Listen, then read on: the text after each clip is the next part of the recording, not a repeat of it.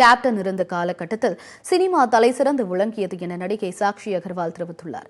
நடிகரும் தேமுதிக தலைவருமான விஜயகாந்த் மறைவுக்கு பலரும் இரங்கல் தெரிவித்து வரும் நிலையில் நடிகை சாக்ஷி அகர்வால் வீடியோ மூலம் இரங்கல் தெரிவித்துள்ளார். அதில் கேப்டன் விஜயகாந்த் சாருக்கு இந்த நிலை ஏற்படும் என சற்றும் எதிர்பார்க்கவில்லை என தெரிவித்தார். அத்துடன் கேப்டன் இருந்த காலகட்டத்தில் சினிமா தலைசிறந்து விளங்கியது. படப்பிடிப்பு தளத்தில் லைட்மேன்கள் முதல் கதாநாயகன் வரை அனைவரையுமே சமமாக நடத்துவதற்கு காரணமானவர் கேப்டன் என சீனியர்கள் கூறி கேள்விப்பட்டதாக தெரிவித்தார். மேலும் கேப்டனை இழந்து தவிக்கும் அவரது குடும்பத்தாருக்கு ஆழ்ந்த இரங்கல் என்றும் தெரிவித்தார். கேப்டன் விஜயகாந்த் சாருக்கு இப்படி ஆகணும்னு நாங்கள் கொஞ்சம் கூட எதிர்பார்க்கல, நினச்சி பார்க்கல. ரொம்ப கஷ்டமாக இருக்குது.